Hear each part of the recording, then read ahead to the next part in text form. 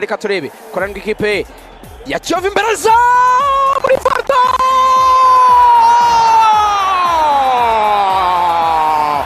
golazo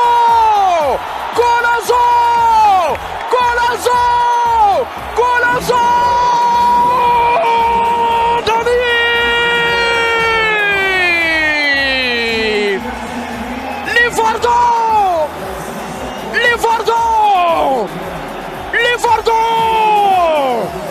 Livardo munyarwanda mwishusha Livardo munyabrazil Livardo comecerwa pase nene cyane defense ya PFC batinda gukiriyaringa umupira ngo bakureho barayitunda rimwe tega ikirenge ku ruhande baragenda yikubita gato isanga umuzamu amaze gusohoka mu izamu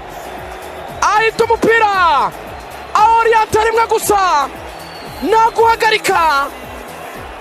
icyo bita gusa guhindura umupira icyerekezo barayitera umuzamu uri wasohotse barijya mu izamu isokora muri file Kiyovu Sport kimwe cya Livardo apera ubusa iminota 81 Samir Harerimana Abdelaziz ibuye ryanzwe n'abubatsi nyuma yo gusezererwa n'ikipe ya Rayon Sport ajya muri Kiyovu Sport aravuga ati umunsi uzaba umwe bazama iminota ngo mbe nzigaragaze nereke isi yose icyo nshoboye afata umupira uko umunyezamu yasohotse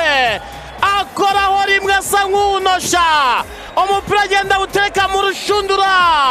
Harerimana w'Abayovu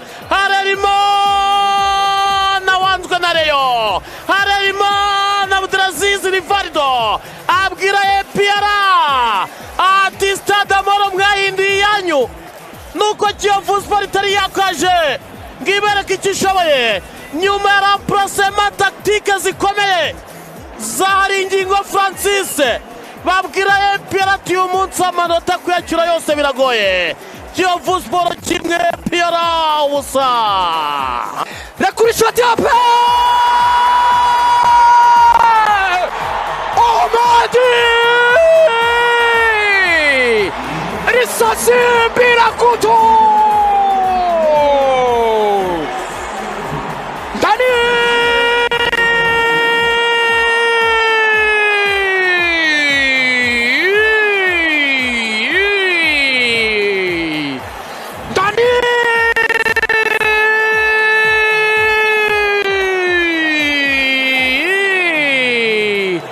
rakura rokete hatari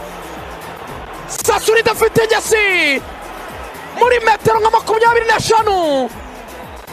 rakura gatari naracishundura rasa rokete hatari Omedi agombora peri kimwe Kiyovu kimwe Denis Omedi abagande bamwita Omedinho buriya mu mupira w'amaguru uzatinya umuntu wigeze kuba top scorer uyu mugabo yabaye top scorer wa Uganda ndetse yanataniye igihembo cya Puskas Award